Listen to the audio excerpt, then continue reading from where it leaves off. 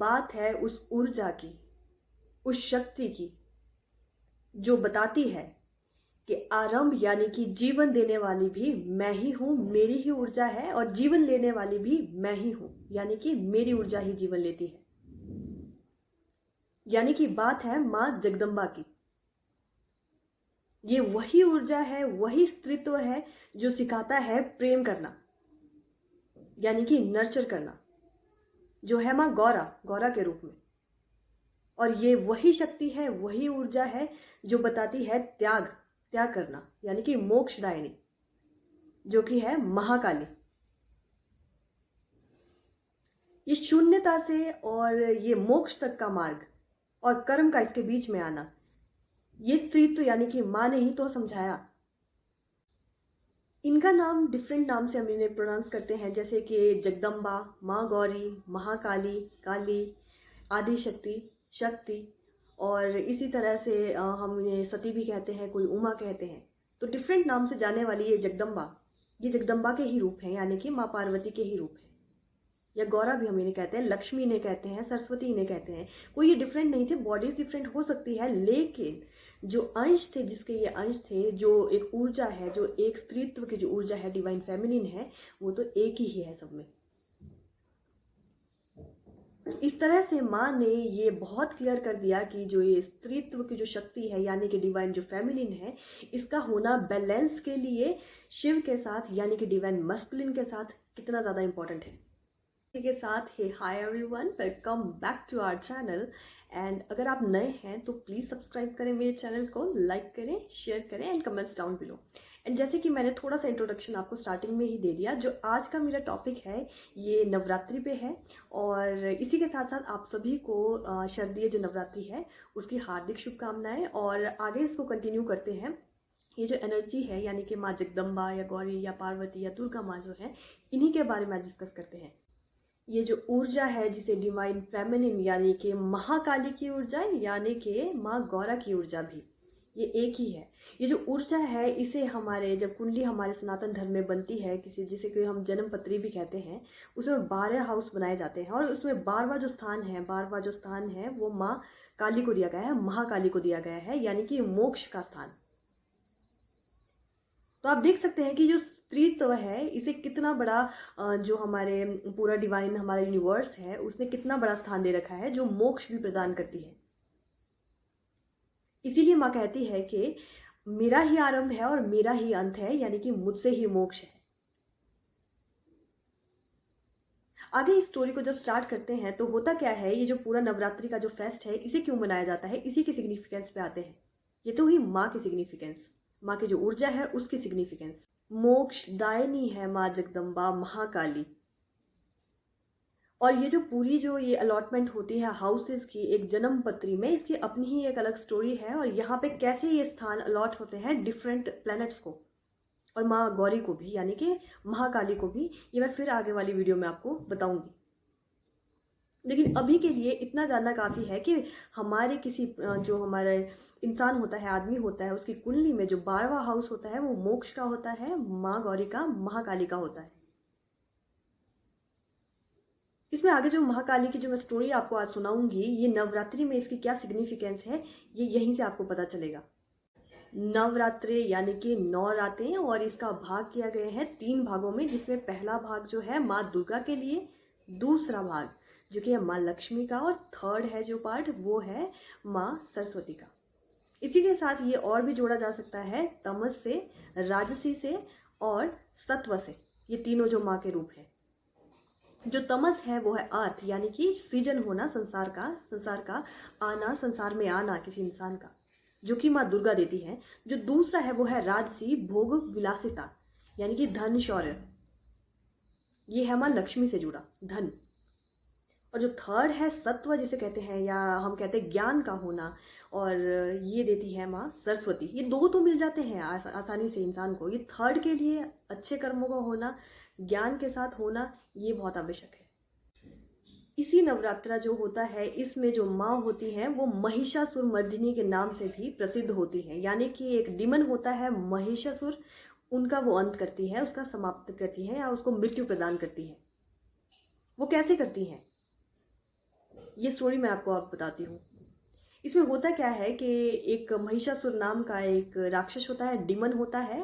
पैदा होता है महिषासुर नाम का ये राक्षस रंभासुर और महिषी के घर। यानी कि महिषी जो होती है वो उसको एक अभिशाप मिला होता है, कर्स मिला होता है एक जानवर यानी कि भैंस के रूप का, इसीलिए इसका नाम पड़ता है महिषासुर। और इसे एक वरदान भी मिला होता है इसके जन्म के साथ कि ये अजय है, यानी कि इसको कोई परास्त नहीं कर सकता है। और इसकी जो मृत्यु रहेगी वो न ही किसी पुरुष द्वारा हो सकती है, न ही जीव जंतु पक्षी जानवर के द्वारा। तो ये इसको इसके साथ मिलता है ब्रह्मा जी द्वारा। तो इसके साथ साथ ये सपना देखता है कि मैं अब यहाँ पे जो स्वर्ग है, हमारे जो सनातन है, यहाँ पे डिवाइड किया गया है डिफरेंट पार्ट्स में इस पूरे जो यूनिवर्स को। जैसे कि फर्स्ट है स्वर्ग, दूसरा है नर्क और तीसरा है पाताल लोक। तो जो नर्क है वहां पे रहते हैं ये डिमंस राक्षस, और जो स्वर्ग है वहां रहते हैं अच्छे कर्म करने वाले देवगण। रंभासुर का एक ही सपना है, वो है स्वर्ग की प्राप्ति और संसार पे पूरा दैत्यों का राज होना, राक्षसी राज होना। राक्षसी राज में क्या होता, मानवता नहीं रहती। और ये बात पता होती है महादेव को, उनके साथ साथ श्री विष्णु हरि को और साथ में ब्रह्मा जी को भी। तो वो नहीं चाहते थे त्रिदेव कि ये चाहते हैं असुर, ये सच हो इनका सपना। लेकिन इसमें क्या होता है कि वो जो महिषासुर होता है उसे इतना बड़ा वरदान होता है, इस वजह से वो जीत जाता है स्वर्ग को, स्वर्गलोक को, और वहां पे स्थापित करने लगता है अपने राक्षस राज को। जब ऐसा होता है तो हमारे सनातन में इंद्रदेव है राजा इन पूरे देवताओं के। वो भाग के जाते हैं कैलाश में और कहते हैं महादेव से, महादेव हमें बचाइए। कहते हैं देवराज इंद्र कि हमें बचाइए महादेव, हमको बचाइए, हमारा जो पूरा स्वर्ग है, पूरे संसार पे प्रकोप के साथ जो महिषासुर है वो बैठ गया है मेरे सिंहासन पे, और अब राज है दैत्यों का पूरे संसार पे। यह आरंभ है अब मानवता के अंत का। जब ये सुनते हैं महादेव तो कहते हैं कि करे तो करे क्या, और हुआ तो हुआ जाए क्या। तो साथ होते हैं उनके विघ्नहर्ता जो हमारे सनातन में जिसे हम कहते हैं गणपति बप्पा मोरया, यानी कि श्री गणेशा। अब जो श्री गणेशा देखते हैं कि ये सब हो रहा है, उन्हें मन में ज्ञात होता है कि इन्हें कोई खत्म नहीं कर पाएगा, इस महिषासुर का अंत मेरी माँ द्वारा यानी कि शिव शक्ति द्वारा होगा। जो सभी इधर उधर भाग रहे हैं ये इसका अंत नहीं कर पाएंगे। कहते हैं देवराज इंद्र कि महादेव, ये जो महिषासुर है ये एक भैंस के रूप में हमसे लड़ाई लड़ रहा है, हम कैसे लड़ें इसके साथ। तो वो सोचते हैं कि क्यों ना हम अपने जो जानवर है जिनको वो वाहन कहते हैं सारे देवता, वो अपने अपने वाहनों को वहां पे जानवरों को भेजते हैं लड़ने के लिए इस महिषासुर से। लेकिन वो हार के वहां से वापस आते हैं। फिर महादेव जो होते हैं उनके पास आते हैं श्री हरि यानी कि श्री विष्णु जी। जब वो आते हैं नारायण वहां पे, वो कहते हैं मेरे गरुड़ को भेजो, मेरे वाहन को भेजो, ये पक्का उसका खात्मा करके आएगा। लेकिन ऐसा कुछ नहीं होता है। फिर जाता है नंदी यानी कि महादेव का वाहन, लेकिन वो भी वहां पे उसका कुछ नहीं कर पाता है, महिषासुर को परास्त नहीं कर पाते हैं वो। फिर वो सोचते हैं कि अब इसे हराया जाए तो कैसे हराया जाए। तो सोचते हैं हरि कि क्यों ना हम अपने अपने जो अस्त्र है यानी कि मेरा जो सुदर्शन चक्र है और महादेव का जो त्रिशूल, ये त्रिशूल महादेव का और मेरा सुदर्शन चक्र एक साथ मिलके जब प्रहार करेंगे तो इसका अंत यानी कि खात्मा जरूर ही निश्चित है। और ऐसा ही वो करते हैं, वो जाते हैं रणभूमि में और प्रहार करते हैं दोनों एक साथ, श्रीहरि भी और साथ में महादेव भी अपने ट्रिडेंट से और सुदर्शन चक्र से। लेकिन कवच बन जाता है ब्रह्मा जी का वरदान वहां पे। इस तरह से वो दोनों ही उसका कुछ भी नहीं बिगाड़ पाते हैं। वो अपने अपने अस्त्रों को वापस लेते हैं क्योंकि वो सम्मान करते हैं ब्रह्मा जी का।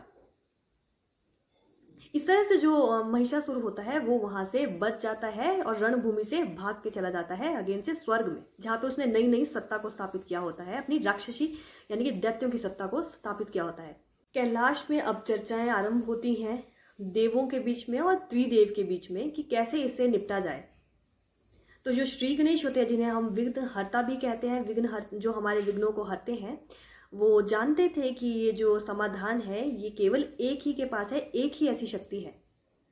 तो वो कहते हैं श्री गणेशा कि महादेव मेरे पिताश्री, मैं तब से कह रहा हूं कि इसका जो संहार है या इसकी जो मृत्यु है ये आप सभी के हाथों से नहीं होके ये एक शक्ति के हाथ में है, यानी कि नारी शक्ति के हाथ में। आप मेरी बात सुन ही नहीं रहे हैं, जब भी मैं बोलने लगता हूं आप अपना ही कुछ और बता देते हैं। आप कंसीडर ही नहीं कर रहे हैं नारी शक्ति को, स्त्रीत्व को। जब ये सुनते हैं सभी देव वहां पे और महादेव और त्रिदेव, तो वो एकदम आश्चर्यचकित हो जाते हैं और सोचते हैं ये बोल तो सही रहे हैं देव, श्री गणेशा एकदम सही उचित बोल रहे हैं। गणेशा कहते हैं कि समय आ चुका है माँ की शक्ति की जागृति का, माँ के वापस आने का। माँ क्यों गई होती है धरती पे, इसकी अपनी ही एक अलग स्टोरी है जो मैं आपको आगे वाले जो वीडियो है उसमें ज़रूर बताऊंगी। तो जो माँ होती हैं वो होती हैं धरती पे, और एक उनको एक दंड मिला होता है, उस दंड के प्रायश्चित के लिए ही वो धरती पे जन्म लेती हैं। अब क्या होता है कि जब ये सभी देवों को पता चलता है कि नारी शक्ति यानी कि ये जो फेमिनिन, डिवाइन फेमिनिन है, इसी के हाथों से इसका जो संहार है यानी कि मृत्यु है ये है, तो वो ढूंढने और निकल पड़ते हैं माँ की तरफ यानी कि शक्ति की तरफ। जब वो जाते हैं शक्ति की तरफ तो शक्ति एक आश्रम में होती है और वो सुनती हैं जब ये सारा, तो वो कहती हैं ठीक है मैं कर लूँगी, लेकिन मेरे जो स्वामी है यानी कि महादेव है, ये जो ऑर्डर है, ये जो मुझे कहा गया करने के लिए, कौन कह रहा है, स्वामी कह रहे हैं। कहती है माँ कि ये जो कार्यभार आप मुझ पे संभाल जो दे रहे हैं पूरे देवगण और महादेव, ये किसके द्वारा दिया जा रहा है, जगदीश्वर द्वारा यानी कि जो परम पिता है, परम पूजनीय है, या फिर मेरे स्वामी यानी कि मेरे पति परमेश्वर द्वारा। तो वो कहते हैं कि ये जगदीश्वर द्वारा दिया जा रहा है, तुम इस कार्य को करो पार्वती। तो कहती हैं ये मेरी रिस्पॉन्सिबिलिटी है, ये मेरा कार्य है, ये जो मानवता की स्थापना करना, और मैं इस कार्य को जरूर करूंगी, लेकिन मैं अभी इसे नहीं मार सकती महिषासुर को, क्योंकि इसके पापों का घड़ा अभी नहीं भरा है, पुण्य बाकी है कुछ, इसके जो पुण्य कर्म इसने करे थे पुराने पिछले जन्म में वो अभी कुछ है बाकी, उसके फल बाकी हैं। लेकिन तब तक वो कहती हैं कि मैं विंध्याचल में जाके, विंध्याचल जो पर्वत है वहां जाके अपनी जो आगे की तपस्या है वो करूंगी।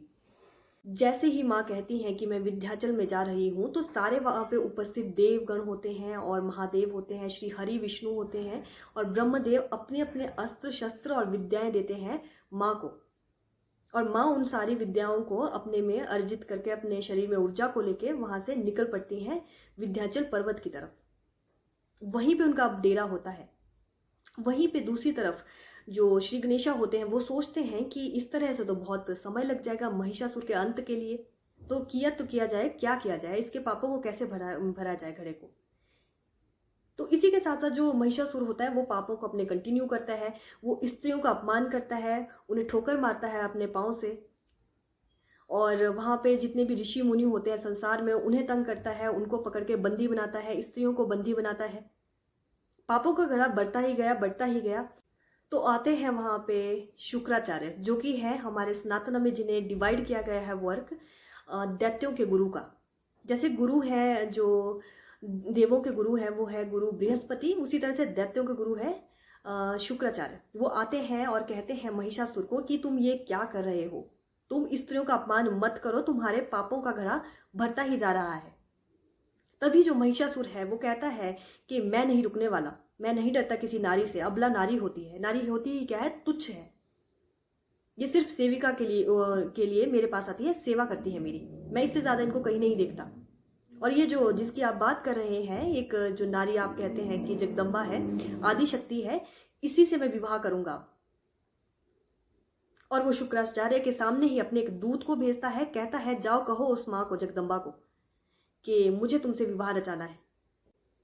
शुक्राचार्य कहते हैं अरे मूर्ख, ओ मूर्ख, क्या तू जानता है तू किसको ये बात बोल रहा है? तू आदि शक्ति यानी कि माँ जगदम्बा को, माँ गौरी को, जिसने तुम्हें, मुझे, सभी को जन्म दिया, तू उसका अपमान की बात कर रहा है। अपनी मौत को, मृत्यु का न्योता खुद ना ही करो। ये जो तुमने न्योता भेजा है इसे वापस बुलाओ। लेकिन वो नहीं मानता है, मृत्यु उसके सिर पे नाच रही होती है और वो कहता है मैं तुम्हारी बात नहीं सुनने वाला गुरुदेव। शुक्राचार्य अपना सा मुंह लिए वहां से निकल जाते हैं, और इसके बाद क्या होता है वो मैं आपको नेक्स्ट वीडियो में बताऊंगी। आप इसी के साथ बने रहिए। और आज का जो मेरी वीडियो है आपको कैसी लगी मैं फिर से दोहराऊंगी, अच्छी लगी तो please subscribe to my channel, मेरे चैनल को सब्सक्राइब करें, लाइक करें, शेयर करें, and comments down below. And हर हर महादेव, जय माता दी।